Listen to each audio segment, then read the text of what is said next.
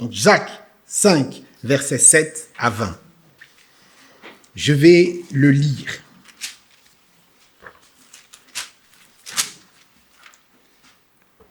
Dans ma version Semeur, il est dit ceci. Donc c'est la fin de la lettre. Hein. Il dit, frères, patientez donc jusqu'à ce que le Seigneur vienne. Pensez au cultivateur. Pensez au cultivateur. Il attend les précieuses récoltes de sa terre. Il prend patience à leur égard jusqu'à ce que tombent les pluies de l'automne et du printemps. Vous aussi, prenez patience. Soyez pleins de courage, car la venue du Seigneur est proche. Ne vous répandez pas en plainte les uns contre les autres, frères, si vous ne voulez pas être condamnés. Voici que le juge se tient déjà devant la porte.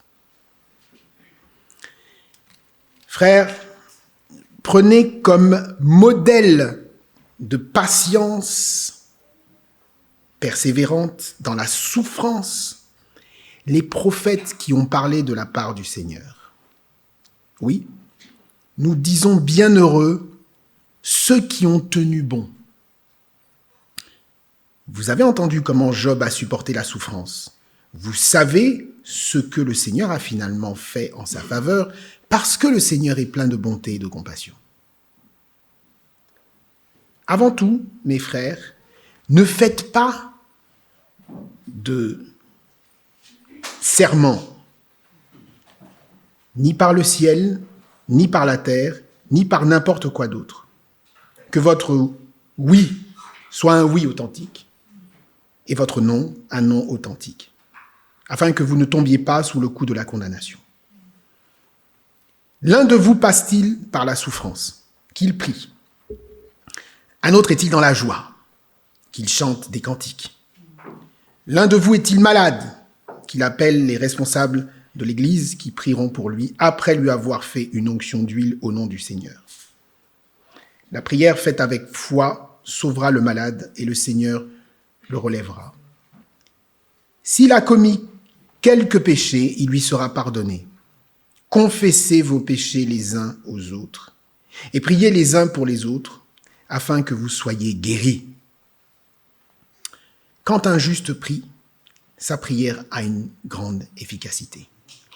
Élie était un homme tout à fait semblable à nous, Il pria avec insistance pour qu'il ne pleuve pas, et pendant 3 ans et demi, il ne tomba pas de pluie sur le sol. Puis il pria de nouveau, et le ciel redonna la pluie, et la terre produisit ses récoltes. Mes frères, si quelqu'un parmi vous s'égare loin de la vérité, et qu'un autre l'y ramène, sachez que celui qui ramène un pécheur de la voie où il s'égarait le sauvera de la mort et permettra le pardon d'un grand nombre de péchés. Jusqu'ici, la parole de Dieu. Alors, Jacques, je n'ai pas fait l'introduction, mais il y a dans la lettre de Jacques, il y a 2 choses qu'il faut éviter. La première chose, c'est de croire qu'il faut opposer Paul à Jacques. Paul, c'est la grâce, et puis Jacques, ce serait les œuvres.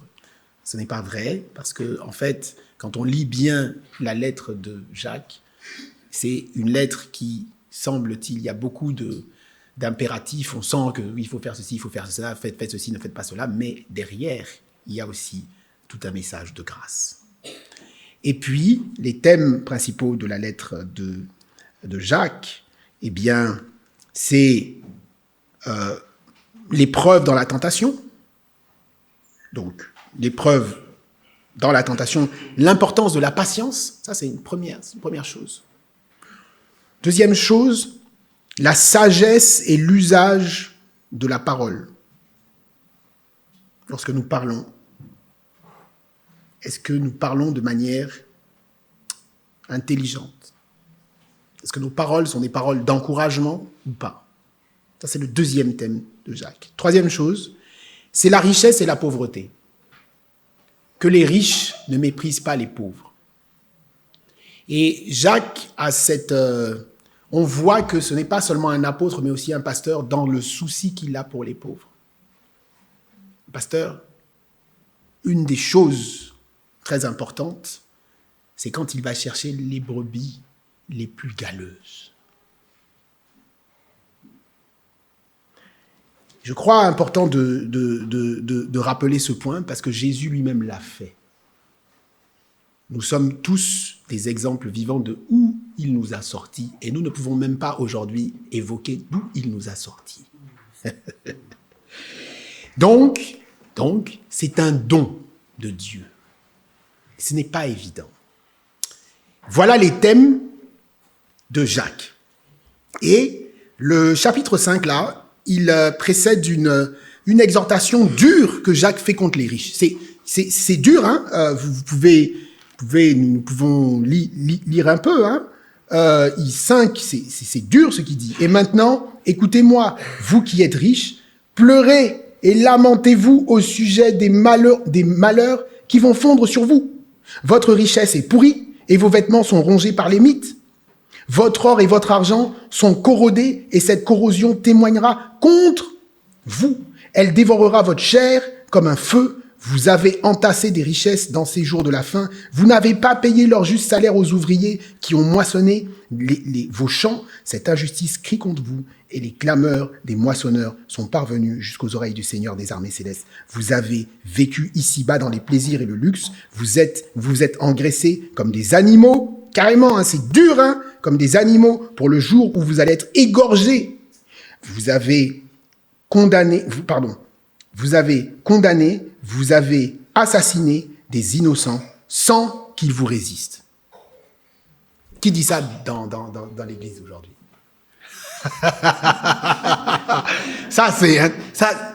C'est-à-dire que Jacques n'a égard pour personne.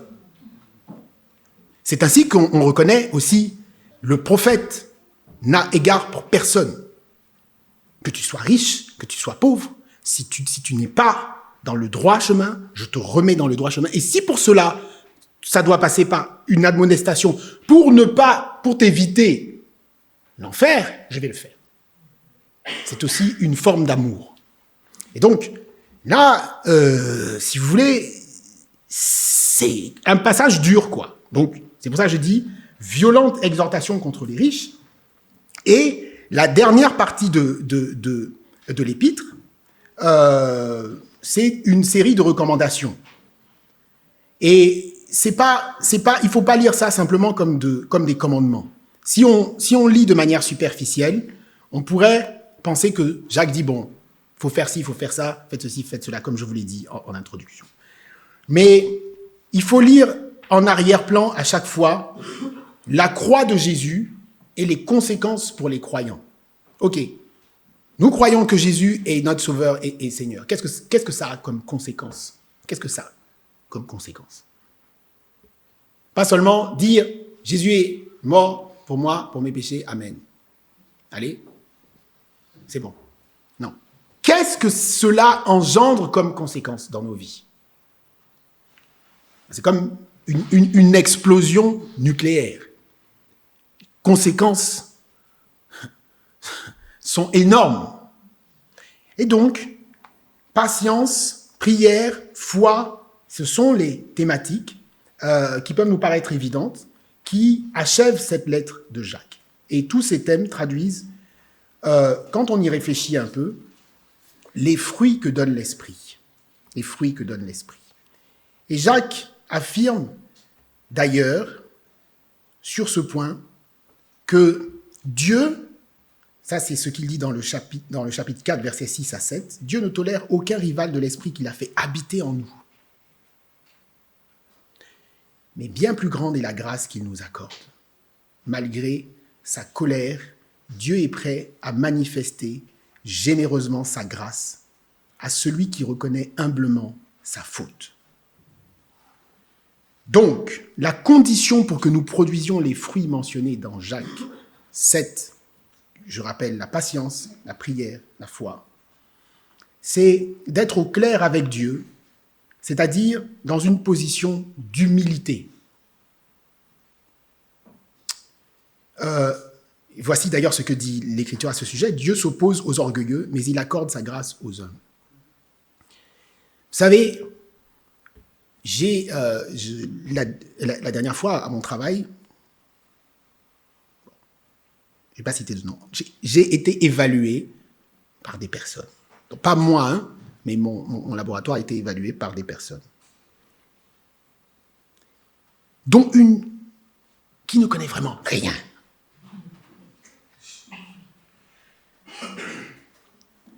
Mais c'était celle qui était le plus à même de parler, de dire...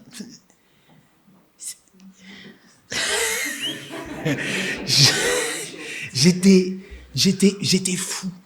J'étais fou. Parce que les gens viennent comme ça, racontent, « Eh oui, vous avez fait ça. » Et il m'a échappé quand on a débriefé avec les collègues. Un gros mot. Ah, Seigneur. Et après, j'en ai parlé à la maison, je suis rentré à la maison, alors j'ai raconté à Hélène, elle m'a dit, mais pourquoi tu as dit ça, tu n'aurais pas dû dire ça, regarde. Et effectivement, j'ai dit, pardonne-moi, mais vraiment, je ne pouvais pas. Et elle m'a dit, oui, mais tu fais comme les chrétiens qui disent, oui, pardonne-moi Seigneur, je vais lui casser la figure. Ensuite, après, je suis... C'est vrai, il faut me pardonner. Mais, vous voyez, ça donne une attitude d'humilité, parce que c'est pas facile, hein, c'est pas facile, la vie chrétienne. Et quand on dit humilité, c'est facile quand ça ne nous touche pas, hein. Si on commence à vous toucher, nous toucher individuellement, on va voir les caractères des gens ici. J'en suis convaincu. Donc, quand Jacques parle de patience, vous pouvez imaginer ce que ça veut dire. Vous pouvez imaginer les apôtres dans l'Église primitive, tout ce qu'ils entendaient. Dans l'Église de Dieu, c'est comme ça. Nous entendons des injonctions parfois contradictoires. Une sœur veut ceci, une autre sœur, un frère veut cela, et ceci, et cela, et ceci, et cela. Et parfois, je suis là comme ça, je réfléchis, je me dis, oui, je peux mesurer un tout petit peu ce que les Moïse, les Jacques et tout ça ont pu connaître. Parce que c'est pas facile. Et il nous faut de la patience. Que ce soit avec le frère ou la sœur, et surtout avec le frère ou la sœur qui est dans la difficulté la plus grande. Il nous faut la patience. Cette patience, je vous le dis tout de suite, elle ne vient pas de l'homme. Elle ne vient pas de l'homme. Si c'est l'homme, alors là, c'est pas la peine. Elle vient de Dieu. Versets 7 à 11, je relis. Frères, patientez donc jusqu'à ce que le Seigneur vienne. Pensez au cultivateur. Il attend les précieuses récoltes de sa terre. Il prend patience à leur égard jusqu'à ce que tombent les pluies de l'automne et du printemps. Vous aussi, prenez patience, soyez pleins de courage, car la venue du Seigneur est proche. Ne vous répandez pas en plainte les uns contre les autres. Frères, c'est pas grave. C'est pas grave. On va attendre.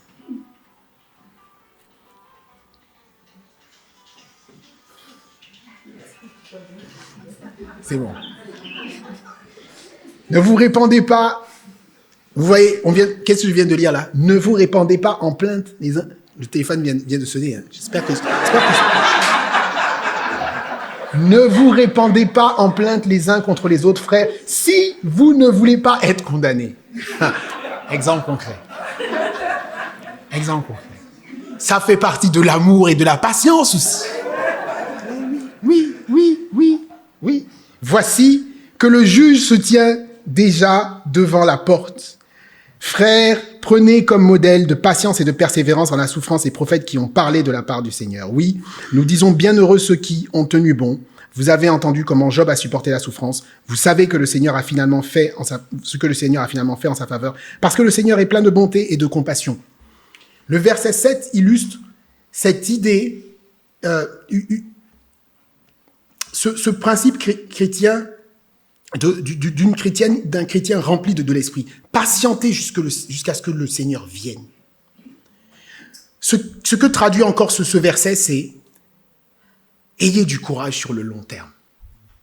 Ayez du courage sur le long terme. Ayons du courage sur le long terme. C'est difficile, hein? Pas sur le court terme. La course chrétienne n'est pas une course de court terme. C'est pas un 100 mètres. C'est un marathon. C'est un marathon. C'est difficile. Et le courage dans les épreuves, le courage face aux oppressions, en référence certainement aux oppressions exercées par les riches sur les pauvres, dont je vous ai lu le texte tout à l'heure. Une endurance qui, par la puissance de l'esprit, ne faiblit pas et qui est tournée vers la foi en la venue prochaine du Seigneur. Les injustices de notre monde sont nombreuses. Elles sont trop nombreuses, y compris dans l'Église. Et parfois, nous avons vraiment du mal à les supporter. Dans tout cela, si nous lisons fidèlement Jacques nous dit et nous invite à la patience dans l'épreuve. Cette patience-là ne peut être que surnaturelle. Elle ne peut être que surnaturelle, frères et sœurs. Elle vient du Saint-Esprit et traduit la patience de Dieu à l'égard du genre humain. Un chrétien, une chrétienne qui devient cynique, et ça peut arriver très vite, hein, je vous assure, chrétien cynique est un athée. C'est ce que dit Tim Keller. Je vais vous donner l'exemple encore de manière plus concrète. Oui, il m'a fait ceci dans l'église. Bon, voilà, ils sont tous comme ça. Allez, je vous ai tous multipliés par 0, et puis je passe à autre chose. Et non. Parce que, bien sûr qu'il y a des blessures, mais qui guérit? C'est Christ. Et quand on pense à Jésus, je dis souvent à mes enfants, est-ce qu'il y avait quelqu'un à la croix? Tous les 12 ont disparu. Et tous ceux qui accompagnaient Jésus aussi ont disparu. Est-ce que Jésus, quand il est ressuscité, il a dit aux autres, « Oh, toi, tu n'étais pas là. Donc, allez, Pierre, en enfer. Jacques, tout le monde, allez. » Non. Modèle de patience. Modèle de patience. Et c'est la patience qui est liée aussi à l'amour et qui fait que Pierre, quand il a dit à Pierre, « Est-ce que tu m'aimes ?» Pierre s'est mis à pleurer. Parce qu'il a vu la patience du Seigneur Jésus. Et cette patience, c'est le Saint-Esprit qui la donne. Une telle attitude veut dire qu'on ne croit plus, c'est-à-dire quand on devient trop cynique, à force de voir des souffrances, des injustices dans l'Église, cette attitude peut nous... C'est comme si on ne croit plus en la puissance régénératrice de la croix. C'est comme si le sacrifice de Jésus permettant de sauver des blessures n'était pas suffisant. Et cela veut dire qu'on a des doutes sur la capacité de Dieu à venir rendre justice sur cette terre. Oui, il faut le dire. Et pour bien illustrer son idée, Jacques évoque la figure du cultivateur. Ah, ma batterie va bientôt... Excusez-moi. Hein. Je vais prendre mon chargeur.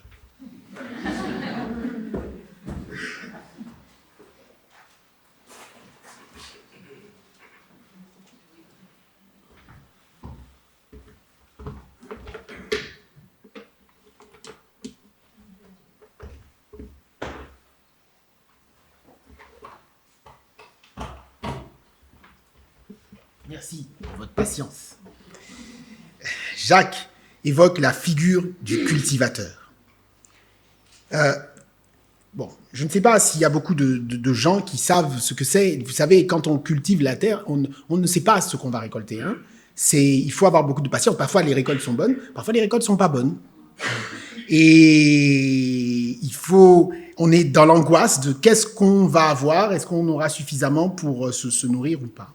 Et en s'inspirant de cette attente, Jacques invite l'Église à se tenir loin des murmures, des querelles, des jalousies, que les chrétiens formuleraient les uns contre les autres.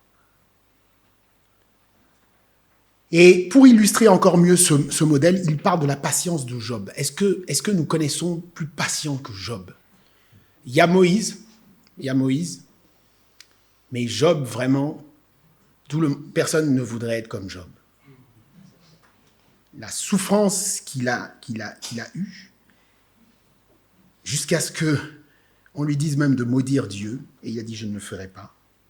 Si on lit attentivement le Nouveau Testament, Job est peu cité.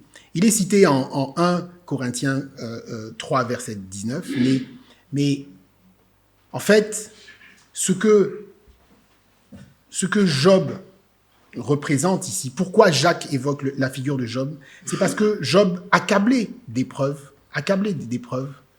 incarne la fermeté d'une foi qui ne l'abandonne pas, malgré les interrogations qu'il adresse à Dieu. Il faut le rappeler, Job n'a pas mis sa foi en lui, mais Job a mis sa foi en celui qui a mis en lui une endurance et une patience extraordinaires, c'est-à-dire Dieu lui-même. Donc, l'attente et la persévérance dont nous parle Jacques ici sont deux choses qui nous obligent à nous tourner nécessairement vers l'œuvre de Christ à la croix. Nécessairement. Quand on dit « une sœur, un frère m'a déçu », qu'est-ce qu'on veut dire exactement ? Nous avons tendance, malheureusement, quand on dit ça, à faire plutôt confiance aux hommes qu'à la manière dont Dieu les a transformés avec leurs forces et leurs faiblesses.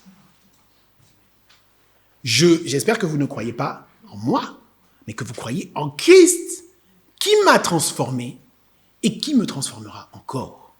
Pas moi. Si vous croyez en moi, vous allez être très déçus. Très déçus. Et à court terme.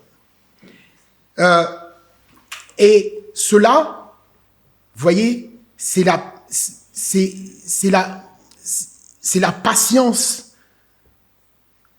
de Job. C'est quelque chose qui ne vient pas de l'humain. Et cette patience aussi, l'Église est là pour nous l'enseigner. Il y a eu des gens dans notre Église qui ont eu des périodes de chômage longues. Pourquoi Dieu fait ça ? Comment ? Machin, ceci. D'autres ont eu aussi eu du temps à avoir des enfants. Moi, j'en fais partie.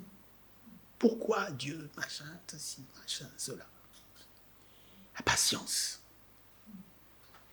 La patience. Sans se complaire si vous voulez, sans se morfondre.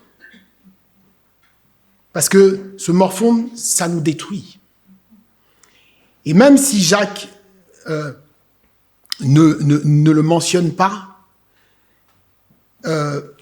il se réfère aussi dans les modèles de patience à Jérémie. Si nous ouvrons Jérémie, je vais le lire pour vous, 17.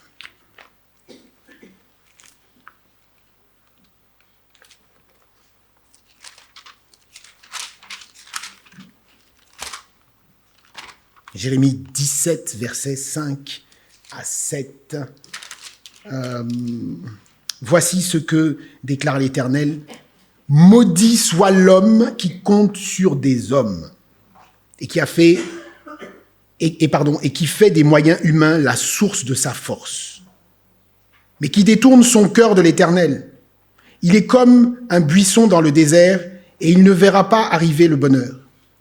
Il aura pour demeure un aride désert, une terre salée où n'habite personne. Béni soit l'homme qui se confie en l'Éternel et place sa confiance en l'Éternel. Ça, c'est ce que dit le prophète Jérémie. Est-ce que vous connaissez le prophète Jérémie? Pour les jeunes qui sont là, le prophète Jérémie avait à peu près l'âge de Paul là, quand il a commencé son ministère. Et Dieu l'envoie dire au roi, donc allez dire à Macron, toi, tu es fini. Tu t'en vas. Et Dieu lui dit, si tu ne vas pas lui dire, je vais te détruire. C'est ça, c'est comme ça que Jérémie a commencé. Et tout le monde, c'est-à-dire la vie de, vous savez, c'est pour ça qu'on dit en français les jérémiades. Je veux dire, tout le temps, les gens qui se plaignent. Parce que Jérémie n'a pas cessé de dire aux dirigeants, non, ce n'est pas ce que Dieu veut. Non, ce n'est pas ce que Dieu veut. On l'a torturé, on l'a mis dans un puits, il a failli mourir. Tout ça, Jérémie, jusqu'au bout, a tenu. Et la tradition raconte que Jérémie aurait été lapidé en Égypte, tellement les gens étaient fatigués même d'entendre ce que Jérémie avait à dire. Mort, lapidé. Exemple de patience aussi, Jérémie, parce que si moi j'étais prophète, parce que Jérémie parfois il se plaint, il dit à Dieu, mais pourquoi? Mais est-ce que tu m'as fait pour souffrir comme ça, aller parler à des gens qui ne vont pas m'entendre et qui vont m'insulter? Pourquoi tu fais ça? Et pourtant Jérémie a accompli sa mission jusqu'au bout. Ce sont des exemples que nous pouvons méditer dans l'Écriture. L'Église sera toujours constituée de pécheurs, mais nous sommes des pécheresses, des pécheurs régénérés et pardonnés par Christ. Et ce dernier adjectif, pardonner, change tout par rapport au monde. Là-dessus, j'ai une bonne et une mauvaise nouvelle. La mauvaise nouvelle, c'est qu'il n'existe aucune église parfaite. Bienvenue dans notre église. Il n'existe aucune église parfaite. Si vous voulez, vous pouvez faire le tour. Hein? Mais il y aura toujours des blessures, il y aura toujours des incompréhensions, il y aura toujours des maladresses, il y aura toujours des jugements. Mais la bonne nouvelle, c'est que, pour reprendre Jacques, lorsque nous passons par de telles épreuves, ne murmurons pas. Ne nous répandons pas en plaintes stériles. Je sais, moi le premier, que c'est extrêmement difficile à accomplir. Voilà pourquoi Jacques nous invite à nous tourner vers des modèles de patience. Job, Moïse, Abraham et par excellence Jésus. La patience, c'est le second temps de la prédication, fait place à la foi et les deux sont en réalité liés. C'est le verset 12 au verset 18. Le verset 12 renvoie aux paroles de Jésus en Matthieu 5, versets 34 à 37. C'est-à-dire que votre oui soit oui, votre non soit non. Ça, c'est Jésus qui dit ça en Matthieu. Si vous lisez, vous pouvez contrôler, Jésus dit ça en Matthieu. Donc, on peut se demander ce qui lie, si vous voulez, les différentes prescriptions formulées par Jacques au chapitre 13. L'un de vous passe-t-il par la souffrance? Qu'il prie. Un autre qui est dans la joie, qui chante des cantiques. L'un de vous est-il malade? Qu'il appelle les responsables d'église qui prieront pour lui, après avoir fait une onction d'huile au nom du Seigneur. Qu'est-ce qu'il y a en commun entre toutes ces choses que Jacques cite? Eh bien, c'est le fait que dans prier, dans chanter des cantiques, c'est Christ à chaque fois que nous mettons au centre. Dieu et pas nous, pas notre ego. Il s'agit, pour celui qui souffre, celle qui souffre, de ne pas se recroqueviller sur sa douleur. Et celui qui est dans la joie, sur la seule satisfaction de son ego. Se tourner vers Dieu, c'est le premier pas de la guérison collective, en particulier pour celui qui souffre. Jacques n'a pas dit, quand tu souffres, va dans ta chambre et commence à crier, à insulter les gens. Non. Il dit, l'un de vous passe-t-il par la souffrance? Qu'il prie. Un autre est-il dans la joie? Qu'il chante des cantiques. L'un de vous est-il malade? Qu'il appelle les responsables d'église qui prieront pour lui après lui avoir fait une onction d'huile au nom du Seigneur. La prière faite avec foi sauvera le malade et le Seigneur l'en relèvera. Plutôt que de se lamenter sur son sort, Jacques invite à prendre conscience que nous nous trouvons au sein d'une communauté. Nous ne sommes pas seuls face à nos souffrances. Ce n'est pas vrai. Nous ne sommes pas seuls face à nos souffrances. Vous voyez, c'est... lorsque l'un de nous ou l'une d'entre nous se perd, souvent, c'est lorsque il ou elle ne vient plus dans la communauté partager ses fardeaux. C'est là que commence le long chemin du désespoir et de la souffrance. Une communauté chrétienne authentique intercède les uns pour les autres. La prière, frères et sœurs, je le rappelle, ce n'est pas un formalisme, ce n'est pas un rituel de magie.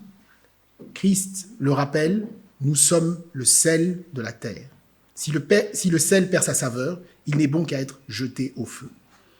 Une des saveurs, c'est aussi de pouvoir assumer notre rôle en tant que chrétienne et chrétien, un rôle de prêtre, parce que c'est ce que la Bible dit que nous sommes. Nous sommes des prêtres qui intercèdent sur cette terre afin de rendre les jugements de Dieu moins douloureux. Moins douloureux. Voilà pourquoi Jacques dit que la prière faite avec foi sauvera le malade et le Seigneur le relèvera.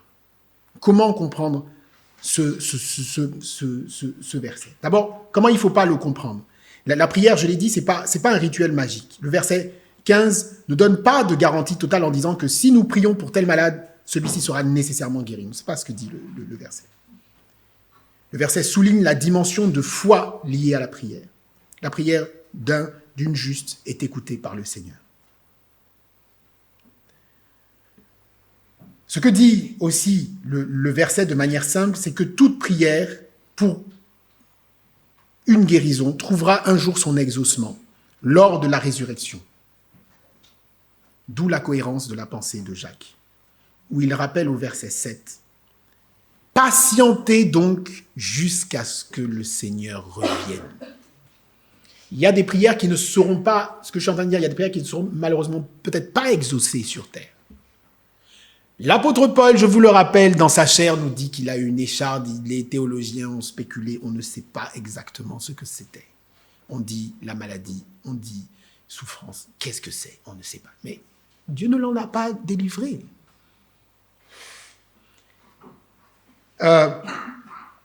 Alors que Jacques convoque Job comme modèle de patience, voyez, au verset 17, il convoque aussi Élie, le prophète, comme modèle de prière, en disant, voilà, Élie a prié, il n'a pas plu, Élie a prié, il a plu, pour montrer la foi de Élie, en fait, le modèle de foi qu'était Élie.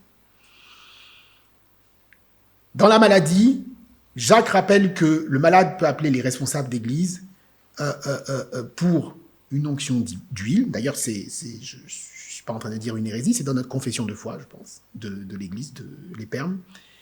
C'est vrai qu'on en parle peu dans l'assemblée, mais ce qui importe, c'est pas l'huile. Hein. Je sais qu'il y a aussi des pasteurs qui apparemment, ça se vend.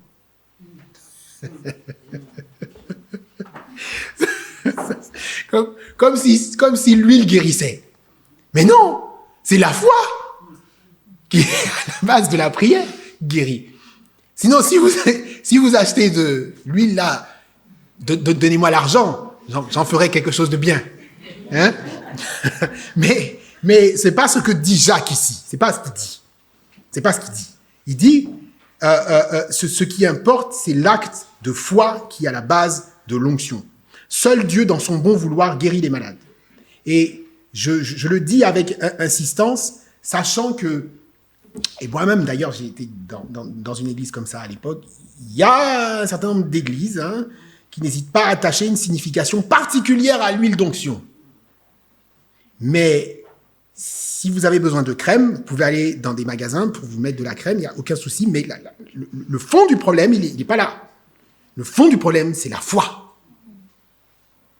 Sinon, quelle est la différence avec les catholiques qui aussi vendent l'eau bénite, machin? Quelle est la différence? Pas de différence. par les fruits que le Saint-Esprit porte en nous. Quels sont ces fruits? La patience, la persévérance, la prière. Le monde voit que un seul Dieu, un Dieu vivant, existe dans l'Église. Je dis bien la patience, la persévérance, la prière. C'est ainsi que j'ai été converti. De voir des gens qui, dans les épreuves, arrivent à tenir.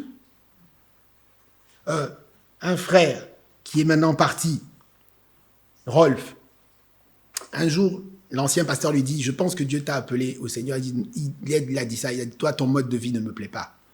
Tu es trop pauvre. Et voilà. Nous voyons aussi, on dit nos choses, mais nous ne savons pas ce que le Seigneur va faire de nous. Et l'Église, nous sommes appelés à être des exemples de patience, de persévérance, de prière, pour nous différencier de ce qui se passe dans le monde. Parce que ce qui se passe dans le monde, c'est l'exact contraire.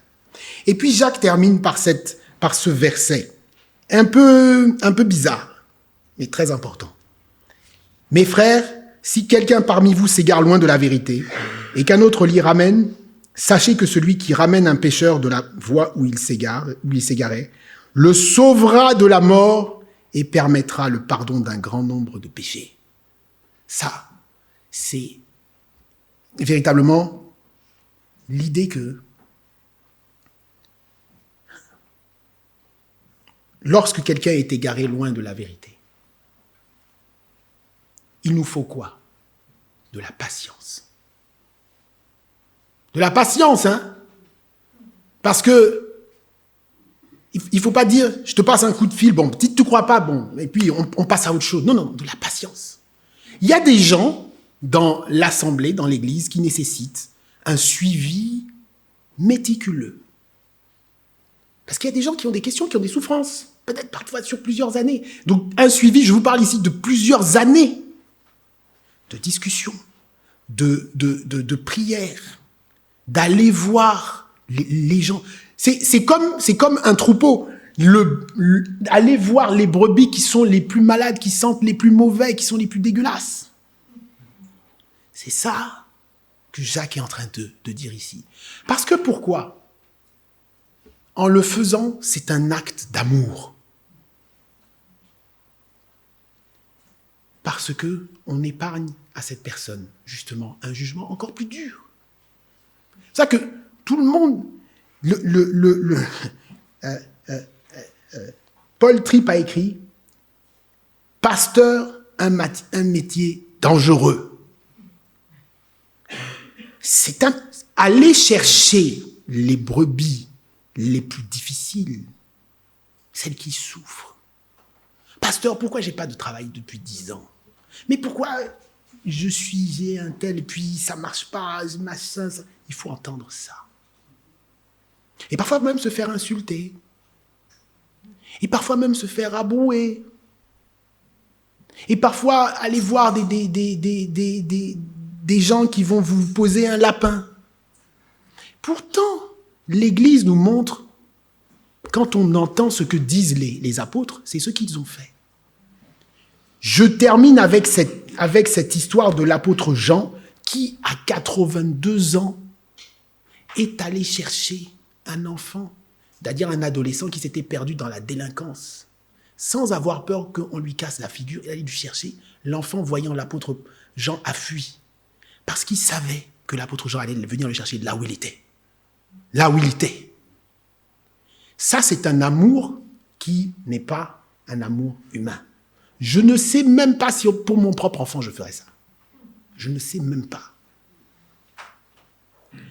Mais c'est ce à quoi Jacques nous invite. Parce que si nous sommes ici, c'est que des gens sont allés nous chercher là où nous étions. Et Christ déjà l'a fait pour nous. Mais on voit l'amour aussi à cela. Et c'est un indice de les personnes les plus vulnérables, les personnes, les cassos. Les cassos. Comment les anciens et le pasteur se comportent avec les cassos? Moi qui suis ancien, pourtant, je vous dis, voilà un indice pour me juger, je vous le dis. Vous voyez? c'est à cela que vous allez dire, non, mais finalement, peut-être que pas. Parce que l'amour de Jésus dépasse tout ce que nous pouvons dire, en fait. Et il y a des gens qui ont besoin de ce soin. Parce que Jésus l'a fait pour moi. Dans l'Église, on ne fait exception, je dis bien exception de personne.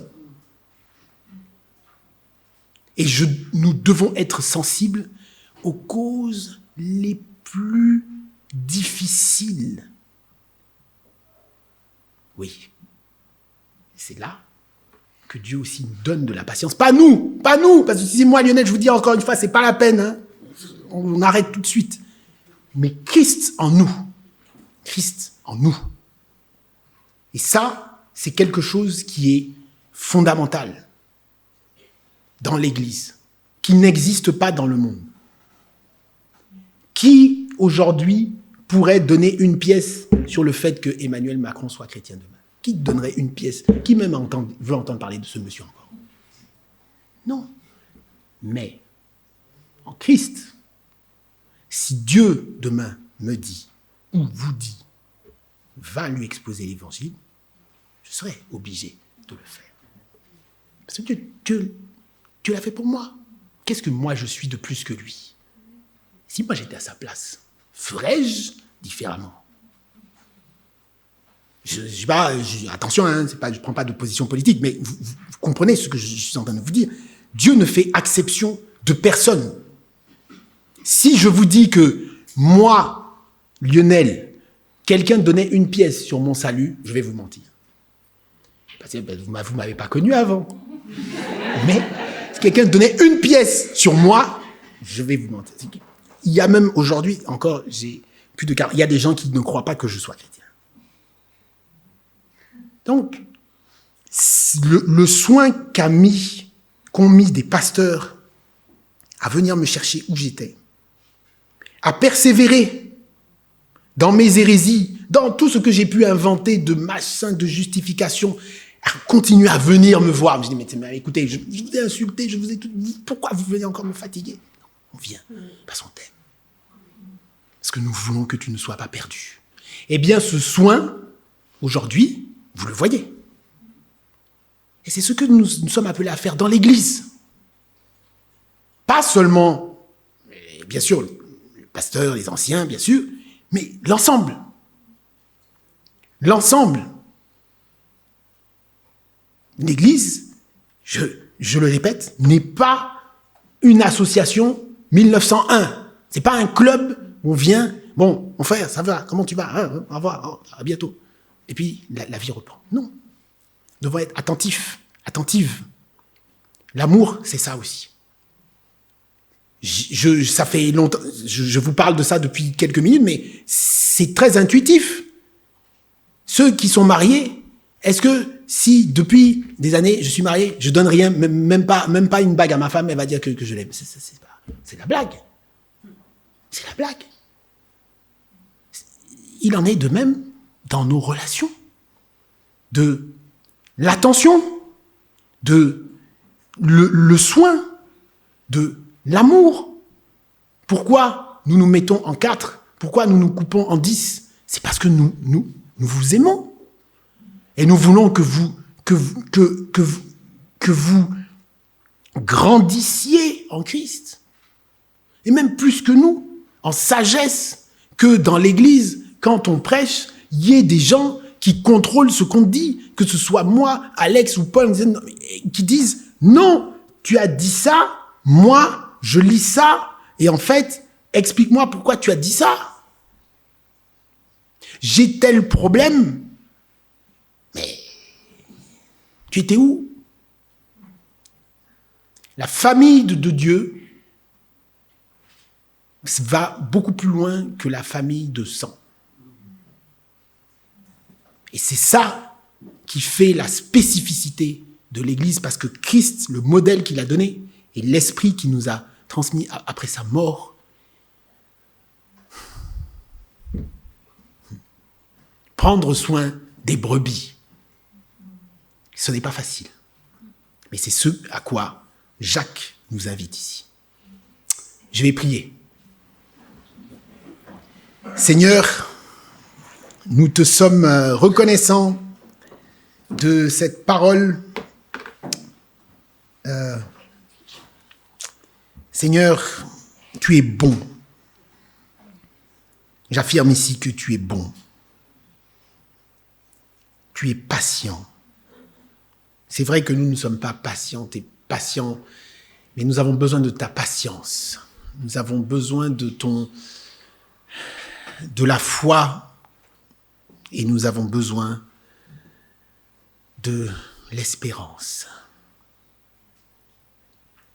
Seigneur, Job et Élie sont deux modèles, l'un de patience, l'autre de foi, qui nous édifient.